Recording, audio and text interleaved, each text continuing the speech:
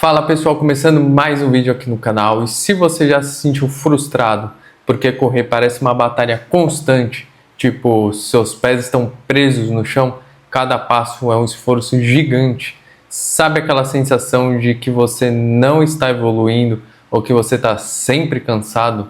Se você se identifica com isso, fica tranquilo, você não está sozinho. E o mais importante, você não é preguiçoso nem está quebrado. Na verdade, é muito mais provável que você esteja sendo impedido por uma das 5 razões mais comuns que, acredite ou não tem nada a ver com a sua força de vontade ou com o seu nível de condicionamento físico. Eu sou Renan Rocha, personal trainer, e nesse vídeo eu vou te mostrar o que realmente está tornando suas corridas mais difíceis do que elas deveriam ser. E o melhor, eu vou te dar o caminho para você corrigir isso, para que correr finalmente se torne mais fácil, prazeroso e sim, mais rápido.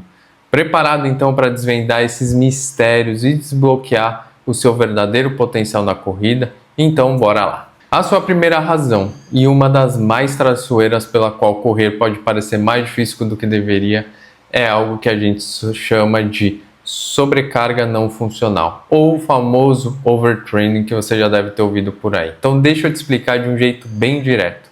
A gente sabe que para melhorar em qualquer coisa na vida, a gente precisa treinar duro, certo? É a base do progresso, mas aqui está o pulo do gato. Nem todo treino intenso funciona igual para todo mundo.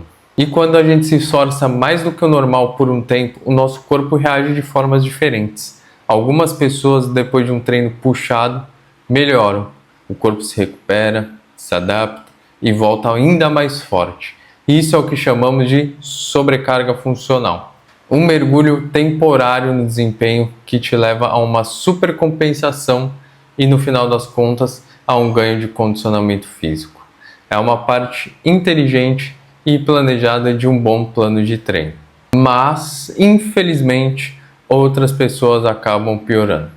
Elas se sentem mais cansadas, mais lentas, sem energia por dias, semanas ou até meses depois do treino. Isso é a sobrecarga não funcional e no seu pior estágio, a síndrome do overtraining. Uma revisão científica de 2020, por exemplo, mostra bem esses 3 tipos. Primeiro, a sobrecarga funcional. Você treina forte, dá uma caidinha temporária, mas depois volta mais forte e isso é ótimo. Segundo, sobrecarga não funcional. Você treina forte, mas não melhora, fica cansado e não progride. E 3, síndrome de overtraining. Essa é a pior sem dúvida nenhuma. Você treina demais, se sente péssimo e o seu desempenho desempenca por um tempão e pode levar meses para se recuperar de verdade. Aí então vem a pergunta de $1 milhão. Quando a gente deve apertar e quando a gente deve segurar?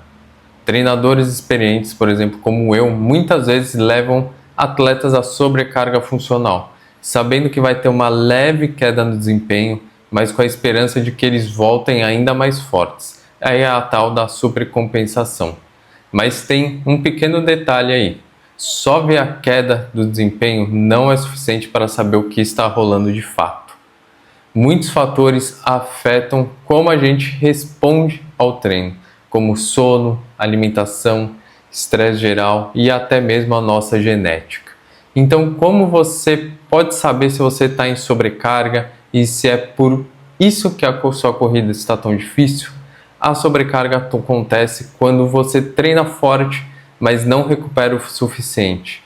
No começo é parte do processo, seu desempenho pode sim cair. Mas se essa queda durar mais do que alguns dias, ou se você não se recuperar, aí meu amigo, você está mesmo em apuros. Fique atento a esses sinais de alerta. Frequência cardíaca de repouso mais alta, seu batimento cardíaco em repouso está sempre mais alto do que o normal. E isso é um super sinal de que o seu corpo está sob estresse. Sono de má qualidade, dificuldade para dormir, acordar várias vezes à noite, ou levantar e ainda se sentir cansado, baixa motivação, a ideia de correr ou até fazer qualquer coisa parece exaustiva. Corridas que parecem mais difíceis, aquelas corridas que deveriam ser tranquilas, de repente acabam por virar uma tortura. Variabilidade da frequência cardíaca alterada, a diferença entre um batimento e o outro. Quanto maior a variação, melhor. Muitos smartwatches mostram isso. Uma variabilidade consistente da sua frequência cardíaca mais baixa pode ser um sinal de sobrecarga. Como a gente resolve tudo isso? A gente precisa priorizar principalmente um sono de 7 a 9 horas de sono de qualidade por noite, porque o sono é a principal ferramenta de recuperação do seu corpo. Ter uma alimentação adequada, coma o suficiente e com os nutrientes certos para apoiar a sua recuperação e o seu treino. Ter umas semanas mais leves, inclua uma semana mais tranquila a cada 3 ou 4 semanas do seu plano, diminuindo o volume e a intensidade. E recue se as coisas parecerem fora do normal por 3 dias seguidos. Se você estiver sempre cansado, desmotivado, suas corridas estiverem muito difíceis, é hora de você dar um passo atrás. Lembre-se, a recuperação é onde os ganhos acontecem. E isso não é só no esforço. E olha só, se você sente que precisa dar de um olhar mais individualizado para o seu treino, para entender exatamente onde você está errando e como ajustar tudo isso, eu tenho a solução perfeita para você. Minha consultoria online de treino é exatamente para isso. A gente vai analisar o seu caso, montar um plano de treino personalizado e te ajudar a evitar esses erros comuns de sobrecarga, garantindo que você treine de forma inteligente e evolua de verdade. O link está aqui na descrição do vídeo, dá uma olhadinha depois. Segunda razão pela qual correr pode parecer mais difícil do que deveria é a deficiência de ferro. E não, isso não tem nada a ver com levantar peso na academia. Em termos simples, o ferro ajuda seu sangue a levar oxigênio para os seus músculos. Sem ferro, sem oxigênio, sem desempenho nenhum. Simples assim. Como corredores, principalmente quem corre maratonas, a gente perde ferro de mais formas do que você imagina. Toda vez que seu pé bate no chão, esse impacto destrói algumas células vermelhas do sangue. É a hemólise por impacto. A gente também perde ferro pelo suor e podemos até ter pequenas hemorragias internas em corridas longas ou intensas. Eu sei, calma, parece assustador, mas em pequenas doses. Isso nos torna melhores a longo prazo. Então, se você sente que está constantemente cansado, não consegue manter seus ritmos de corrida e sua respiração está mais pesada que o normal, pode sim ser deficiência de ferro. E é mais comum do que você pensa, viu? Principalmente em mulheres, vegetarianos e veganos. Então, como a gente sabe se precisa de mais ferro? Se você acha que isso pode ser o seu caso, se você está vendo esse vídeo aqui, você acha que pode ser o seu caso, um exame de sangue é a melhor forma de descobrir. Peça ao seu médico para verificar seus níveis de ferritina, que é basicamente o estoque de ferro do seu corpo. Mas você também pode tentar incluir mais alimentos ricos em ferro na sua dieta por algumas semanas e ver o que acontece. Então pensa assim, carnes vermelhas, elas são ricas em ferro M, que o corpo absorve mais rápido. Folhas verdes, aquelas mais escuras, como espinafre, couve, brócolis, elas são ótimas fontes de ferro, só que elas são não M. Feijões e lentilhas são excelentes fontes de vegetais de ferro. Cereais fortificados, muitos cereais matinais já vêm com ferro adicionado, por exemplo. E aqui vai mais uma diquinha de ouro aqui nesse vídeo. Combine sempre esses alimentos com vitamina C para melhorar essa absorção do ferro. Pensa num bife com um copo de sumo de laranja ou uma salada de espinafre com pimentões vermelhos. Se mesmo assim seus níveis continuarem baixos, suplementos de ferro podem ajudar, mas nunca, jamais tente isso por conta própria. Ferro em excesso pode ser extremamente perigoso. Sempre converse ali com o seu médico de confiança. E isso nos leva à terceira razão pela qual correr pode parecer mais difícil do que deveria. A deficiência de carboidratos. Pensa comigo, se você está treinando e competindo em esportes de resistência de até 3 horas, como corrida, ciclismo, seu corpo usa principalmente carboidratos como energia. É o nosso combustível principal. Mas e as gorduras? Algumas pessoas dizem que uma dieta rica em gordura é a melhor para correr mais rápido e por mais tempo. Bom, de acordo com uma revisão científica de 2015, os carboidratos são essenciais durante exercícios intensos e dietas ricas em gordura não ajudam e podem até atrapalhar o desempenho.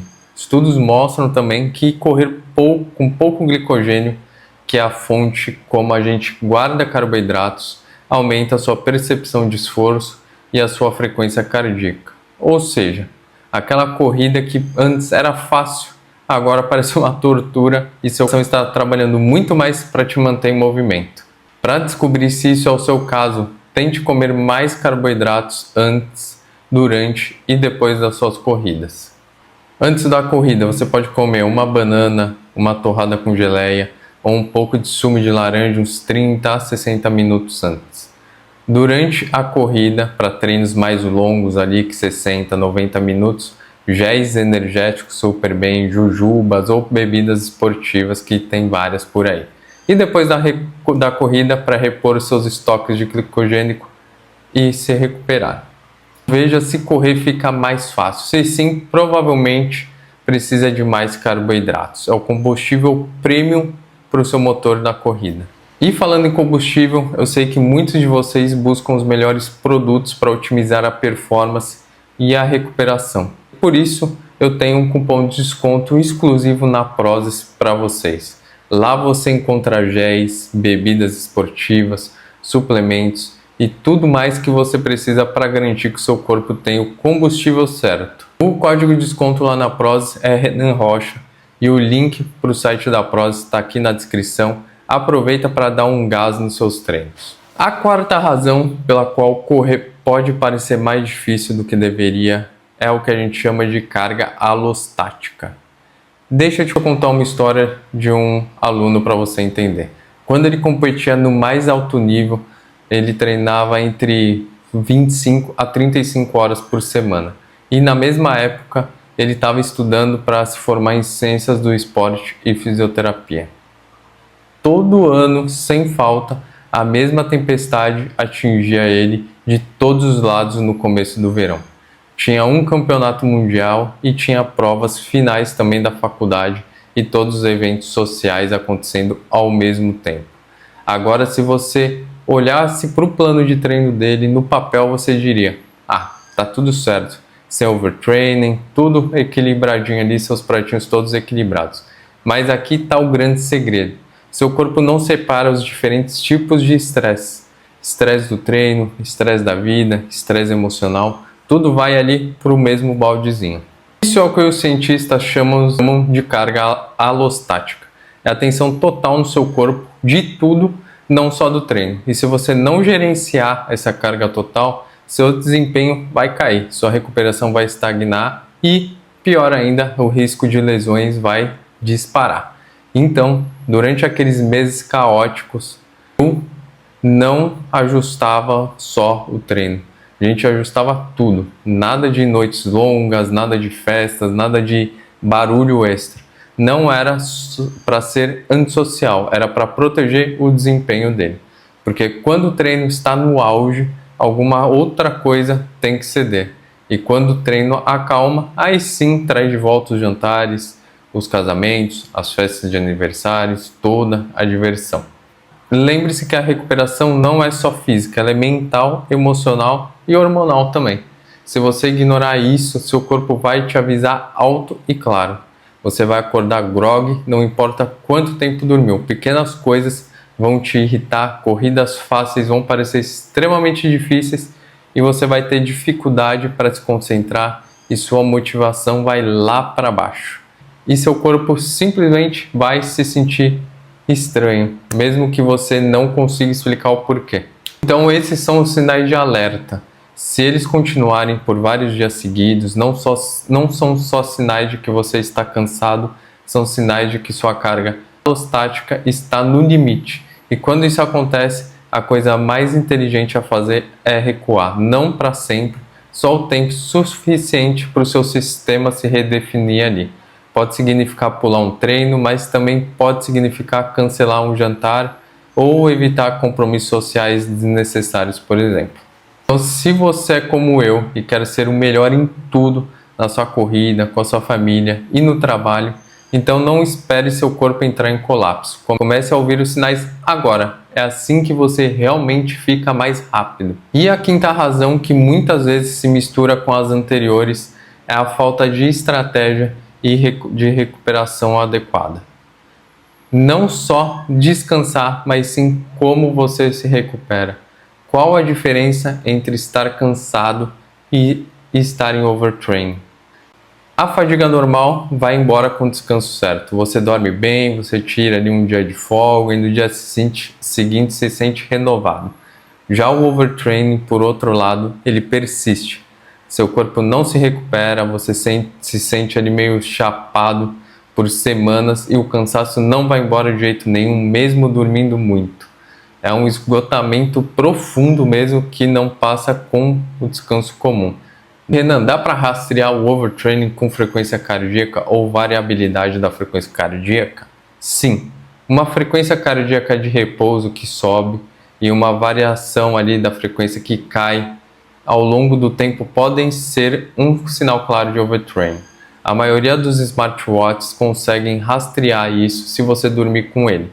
Eu mesmo uso o meu Garmin 255, ele monitora muito e dá para ter exatamente essa noção. Dá para ter deficiência de ferro mesmo comendo saudável? Especialmente se você treina forte, sua muito e não come muita carne vermelha. Sinais comuns são fadiga, pernas pesadas e uma frequência cardíaca de repouso alta. Se suspeitar, peça um exame de ferritina. Como saber se você está comendo carboidratos suficientes? Se correr parece mais difícil do que deveria, sua frequência cardíaca está mais alta que o normal para um certo ritmo, ou você apaga ali, desliga no meio da corrida, pode ser sim falta de combustível. E eu também sinto mais dificuldade para focar quando eu estou com poucos carboidratos. Tente comer mais carboidratos e veja o que acontece. O que é carga alostática em termos simples? É basicamente sua carga total de estresse, do treino, do trabalho, de uma discussão com seu parceiro e, se você não é extrovertido, até de estar perto de outras pessoas. Seu corpo não separa ali esses estresses, ele só absorve tudo como um estresse geral. Como diminuir a carga sem parar de treinar? Simplifique a vida fora da corrida durante os períodos de treino intenso. Não planeje sua prova principal no mesmo mês, por exemplo, em que você tem um monte de casamentos ou uma apresentação importante no trabalho e ainda está buscando um recorde pessoal, por exemplo. Essa é a receita certa para você se machucar. É diferente para cada um, mas o ideal é remover o que tira essa energia e incluir o máximo possível que te dá energia. Precisa parar de correr para se recuperar direito? Nem sempre. Às vezes, algumas sessões mais leves já são suficientes, desde que você preste atenção nos sinais que o seu corpo está dando desde o início. Então, o que você pode fazer hoje mesmo para fazer a corrida parecer mais fácil? Primeiro, priorize o seu sono, faça do sono uma prioridade inegociável. Segundo, abasteça-se adequadamente, coma o suficiente e com os nutrientes certos, especialmente carboidratos e ferro. Respire e descanse, tire 10 minutinhos ali para respirar, meditar ou simplesmente estar presente. Às vezes é tudo que o seu corpo precisa. Quarto, gerencie o estresse total. Olhe para a sua vida como um todo e identifique onde você pode reduzir naquela partezinha a carga alostática. Quinto, considere a cafeína. Ela pode ajudar a suprimir o cansaço e te fazer correr mais rápido, mas não dependa só dela. E se você está começando a correr ou sonha em correr uma maratona, mas não sabe por onde começar, com medo de se machucar ou de não conseguir, eu tenho algo especial para você. Meu programa de corrida do zero à maratona foi criado exatamente para isso. Te guiar passo a passo do absoluto zero até a linha de chegada da sua primeira maratona. Com segurança, inteligência e muito prazer. A gente cobre tudo, desde os primeiros passos, até dicas de alimentação, a recuperação e como evitar esses problemas que a gente falou aqui. É um guia completo para você realizar esse sonho. O link está aqui na descrição, então não perde essa chance. Lembre-se, correr deve ser uma fonte de alegria e bem-estar, não de frustração. Ao entender e abordar essas 5 razões comuns, você estará no caminho certo para fazer suas corridas parecerem mais fáceis, mais eficientes e, acima de tudo, mais prazerosas. Cuide do seu corpo, ouça os sinais e você vai desbloquear o corredor incrível que você realmente é.